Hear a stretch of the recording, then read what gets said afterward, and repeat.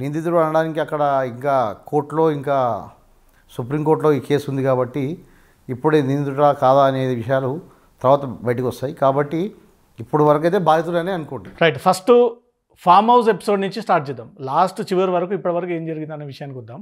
Farm house కేసులో పోలీసులు ఆరోపణలు మోపబడ్డారు. మీకు సంబంధించినటువంటి ఆడియోలు వీడియోలు బయటకు వచ్చాయి. పోలీసుల కన్ఫెషన్లో కూడా నందకుమార్ కీలక వ్యక్తి. నందకుమారే స్వామీజీలను పిలిపించాడు. పైలట్ రోహిత్ రెడ్డి, గువ్వల బాలరాజ్ని, మిగతా బీఆర్ఎస్ ఎమ్మెల్యేలు అందరూ కూడా మీరే పిలిపించారు. అసలు ఎందుకు పిలిపించాల్సి వచ్చింది? దీనిగల వెనుక నుంచి ఎవరు మిమ్మల్ని ఆడిచ్చారు? మీరు ఆ రోజు నిజంగానే ఈ 100 కోట్ల డీల్ చేయాలనుకున్నారా? ఒక విషయం బ్రదర్, ఇప్పుడు ఈ విషయము ఇది కరెక్ట్ టైం కాదు. ఎందుకంటే ఇప్పుడు ఆ కోర్టు పరిధిలో ఉంది, సుప్రీంకోర్టు పరిధిలో ఉన్నప్పుడు నేను ఈ విషయాలన్నీ వెల్లడించడము, తర్వాత ఈ విషయం గురించి నేను డిస్కస్ చేయడము కరెక్ట్ కాదు.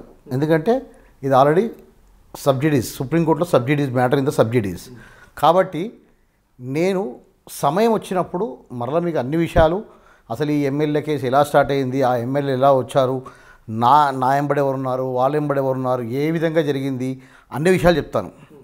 ఓకే, ఇప్పుడే ఈ విషయాలు మాట్లాడడానికి నేను కొద్దిగా పరిధిలోకి వెళ్ళకుండా, కోర్టు పరిధిలోకి వెళ్ళినటువంటి అంశాలు పైన కోర్టు పరిధిలో వెళ్ళిన అంశాలు ఇంకా చాలా ఉన్నాయి.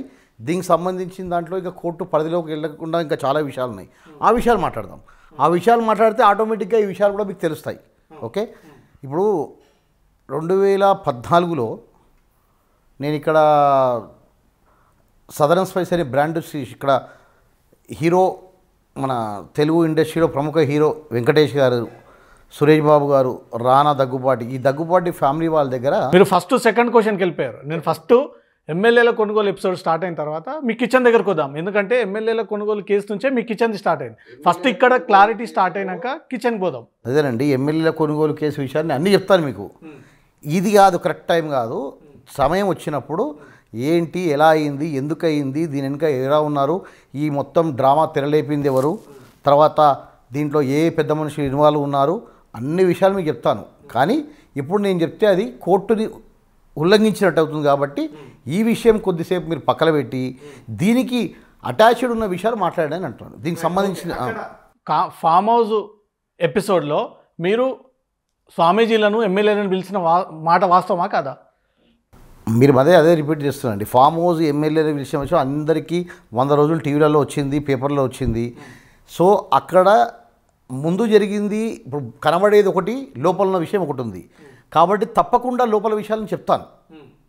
దానికి ఇప్పుడు సుప్రీంకోర్టులో ఉన్నప్పుడు నేను మాట్లాడితే సరే, వెనుక ఎవరున్నారు అనే పక్కన పెడితే అసలు ఆ రోజు ఏం జరిగింది షార్ట్గా చెప్పండి. ఎన్ని గంటలకు వెళ్ళారు, ఎవరు వచ్చారు, రోహిత్ రెడ్డిని ఎప్పుడు మీరు కన్సల్ట్ అయ్యారు, గువ్వల బాలరాజు ఎట్లా వచ్చాడు, ఈ స్వామీజీలకు మీరు టికెట్లు ఎందుకు? అదంతా నాకు పైలట్ రోహిత్ రెడ్డి మిత్రుడు అండి. ఓకే, నేను పైలట్ రోహిత్ రెడ్డి మాత్రమే మాట్లాడాను. సో తర్వాత అతను ఇంకెవరెవరితో మాట్లాడుకున్నాడు, గువ్వల బాలరాజు కానివ్వండి, హర్షవర్ధన్ గారి కానివ్వండి, వీళ్ళందరితో నాకు సంబంధం లేదు, మాట్లాడలేదు. జస్ట్ నేను ఒక చిన్న స్వామీజీతో పరిచయం చేయించదామని వెళ్ళాను. సో మళ్ళీ నేను ఈ విషయాలు ఇంకా డీటెయిల్గా మాట్లాడతాను. కంప్లీట్గా ఒక ఎపిసోడ్లో కంప్లీట్గా మీకు ఫామ్ హౌస్ సంబంధించింది, అసలు ఎలా స్టార్ట్ అయింది, స్వామీజీల పరిచయం ఎలా అయింది,